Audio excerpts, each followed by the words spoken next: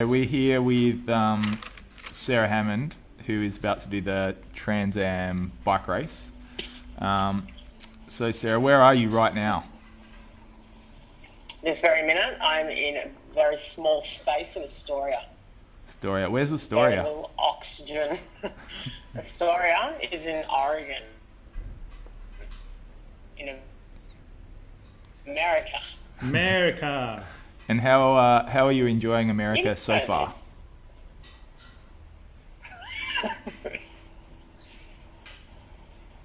Oh, good. I've had a couple of days here to unwind and eat a lot of sugar. Seems to be the main ingredient out this way, that or peanut butter. No, it's been good. So I've had a few days to get over the jet lag and ride out to Astoria from Portland, which is where I first landed. It's been beautiful here. So to everyone who's got Melbourne weather, it's lovely. It's lovely up here at the moment. So it's a bit balmy where I am today, but it's all much better than what you guys have got. Yeah, it's been cold here, so we're very jealous. Mm. So when 31 degrees. So what are you up to over the next few weeks? Trying to ride my bike as fast as I can to Virginia, hopefully, and not get eaten by bears or blown away by tornadoes or freeze in some snow or all of the above, and keep my sanity intact. And so does it feel a bit weird? You've been talking about this for a while, but now it's turning into a reality. How does that feel?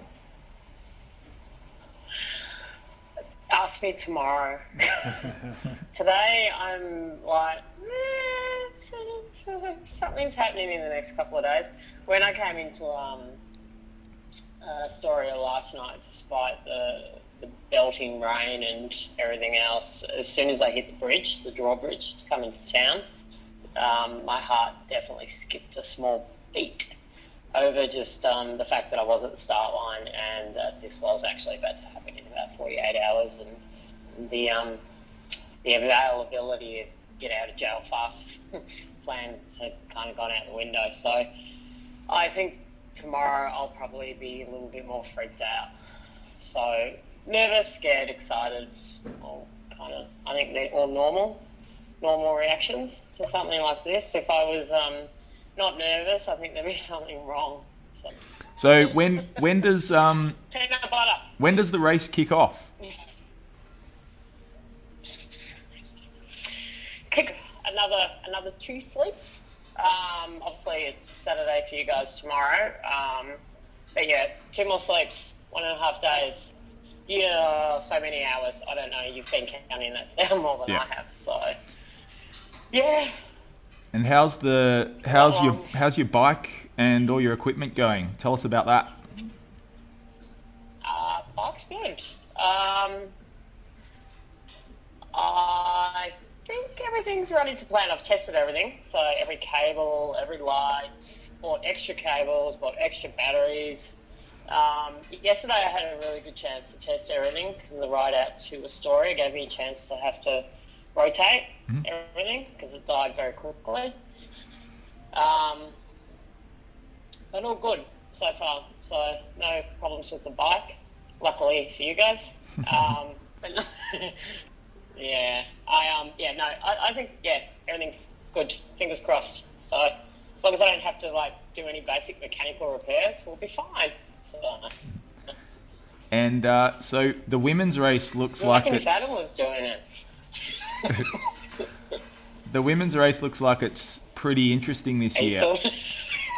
Can you tell us a bit about the main competitors in the women's race? Do you know much about them?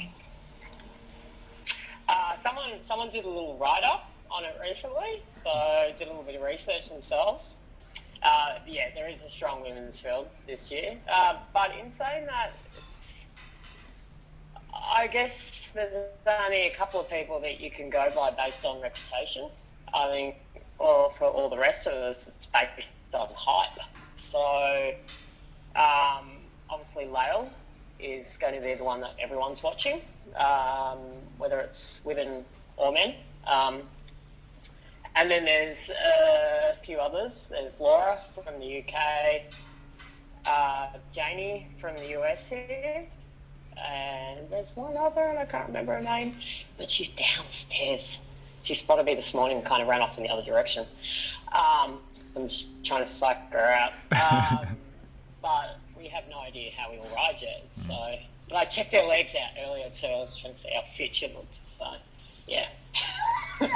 So, have you met any of them at all, or has it just been crossing paths in hotel aisles? I've spoken to Laura a bit. I'm catching up with Laura for bike to eat tomorrow before we go and collect our trackers up at the column.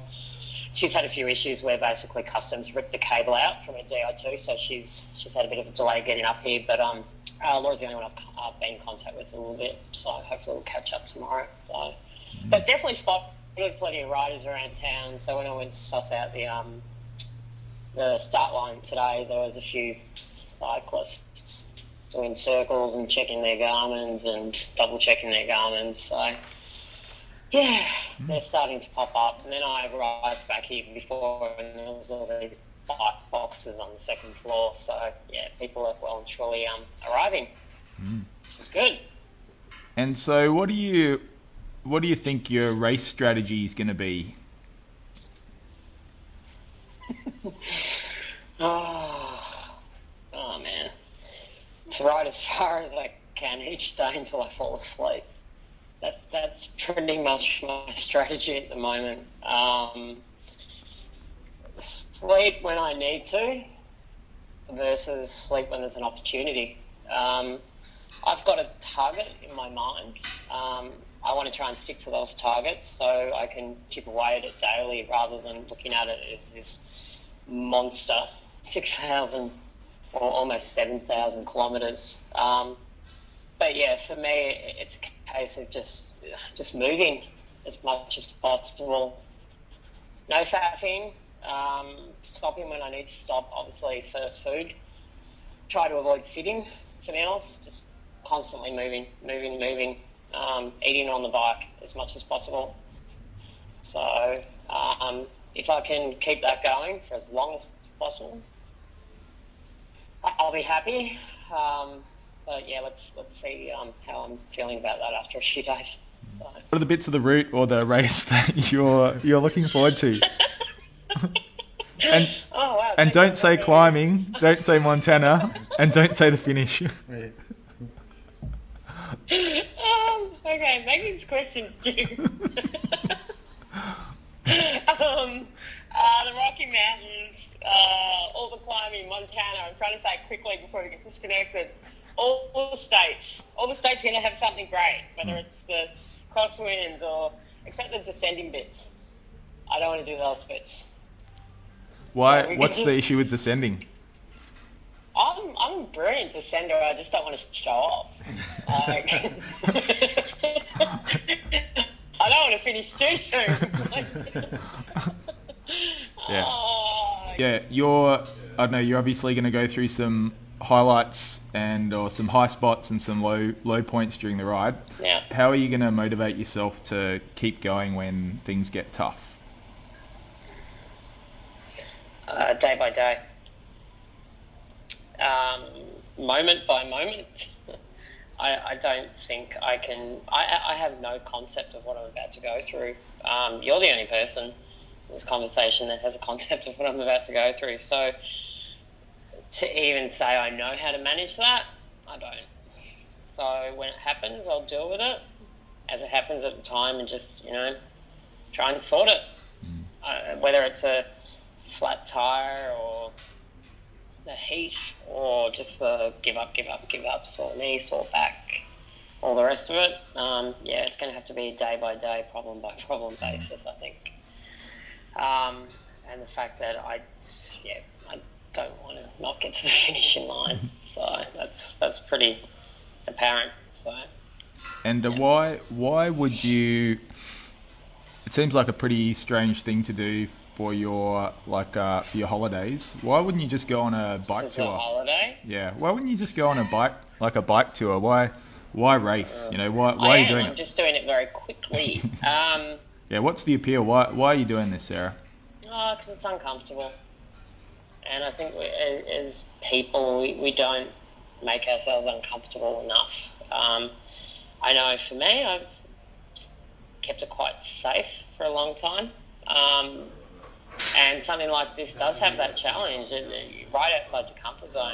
It's your survival skills. You're taking away everything that is normal. Coming home at the end of the day, hot meal, shower, bed, dog, all those kind of things. It's for me, it's going to be interesting.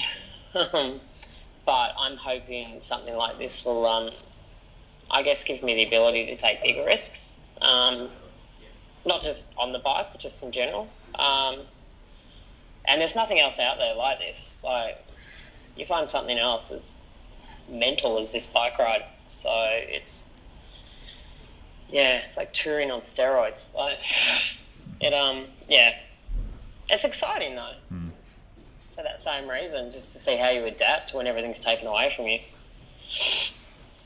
Or we'll find out how I adapt when everything's taken away from me. So, yeah. I heard that you were doing this ride to hopefully find love. Oh man, paparazzi tabloids. It's possible. I'd be really concerned what kind of man's attracted to no deodorant, no makeup, no hair at the moment, saddle burn, all the rest of it, hairy legs, haven't got my nails done. It's but who knows? Like, that could lands on your doorstep at the most complicated times, but no, definitely not. So. And I've heard that there's going to be a media car. So Nathan Jones, the race director, is getting some funding, crowdsourcing some funding for a media car. What do you think about that? I donated money yesterday to make me look good. All the soft lenses and to stay away from my rear. So I think it's great because obviously the first year this race ran, there was coverage, hence the film. But that was edited, so this is probably going to be a bit more colourful, a little bit more raw, and obviously as it happens. So I think it'll be great. So. Yeah. Do you think it's going to be? How are you going to? I heard they're probably looking to make it more PG than R-rated. So leave it. I know where you're going, and leave it alone. How are you going to? How are you going to sort of avoid the urge to make those hand gestures, offensive hand gestures? Hey! How are you going to stop that urge to swear? Throw your bike at him. You didn't swear? You didn't swear once when you did this ride? Oh, never. Seriously? Never. Oh my god. No. Look, they can do like a director's cut. They can do like the PG version, and then they can do the non-edited, full-length director's cut. So yeah, two versions. Have you met any of the other racers at all? Have you seen them around town? Yes, definitely seen them around town. There's a few in my motel block, only because I've seen the bike boxes piled up outside the doors, and there's definitely a few rolling around town at the moment. I think everyone's just kind of sussing out the route, making sure that maps and all that stuff are working. So there's a few here. I know there's still a lot of them still making their way up today and tomorrow too. There's even a couple of people driving up on the morning. So, yeah. I think everyone's obviously managing it in their own way as well. But we'll see everyone tomorrow. Well, the majority of people tomorrow when we head up to the column. So obviously this year there's a difference, whereas some of us are here and there's a portion of people in Yorktown actually doing the opposite. So, which is, it's going to be interesting because, whether one way is faster, and obviously I feel more people are going to be watching this direction, being it's the true direction, but that doesn't mean anything. So, yeah, see what happens, I guess. And so, how do you think the race is going to start? You know, how do you think the first day is going to play out? I don't know. I have no idea. Like, for me, I know it's going to take a few days. it's not going to be. It's not like a day ride where you go with a bunch of people and everyone just launches like rockets. But then again, there could be a tactic in that as well. It's creating space from the get-go to... I don't know. I really don't know. I'm going to have to feel it out as it comes. I think the first day is going to be getting comfortable with what's happening too, to some extent. And obviously leading up to the first climb at the end of the first day as well. Yeah, what's that? Tell us about that. Mackenzie's Pass. So it's about 350 kilometres in. So it's an interesting point of the ride to whether you continue on or you choose to sleep. There's a little bit of snow, like marginal snow up there. So I think it might be a bit of a milestone in how the group splits from the start. So how many people actually reach that point by the end of the first day, how many people push through that point, and how many of us decide to take a nap before we then continue with the climb. So I think getting through that first chunk of all the climbing, the Rockies, to get through that as quick as possible would be the worst thing.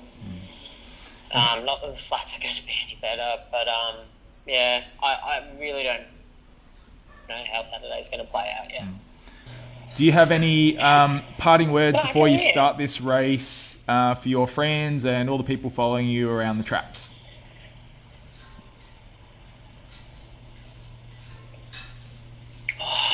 That's putting me on the spot.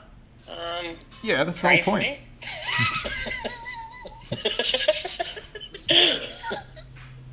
Pray for me. That'll do. All right. Yeah, bike riding's cool, kids. Get into it. And how can everyone out there follow your ride across America?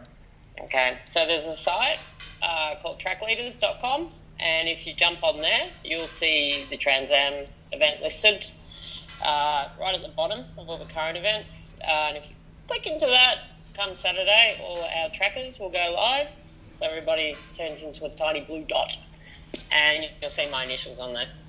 Okay, so Sarah, thank you very much for talking to us. So all of us here at Curve and everyone else, I don't know, all your people, all your friends and followers, I'm sure your family, they're all super proud of you just getting to the start line. So we wish you all the best, and we'll be following you from afar. Thanks. Absolutely. Go, smash it, Sarah.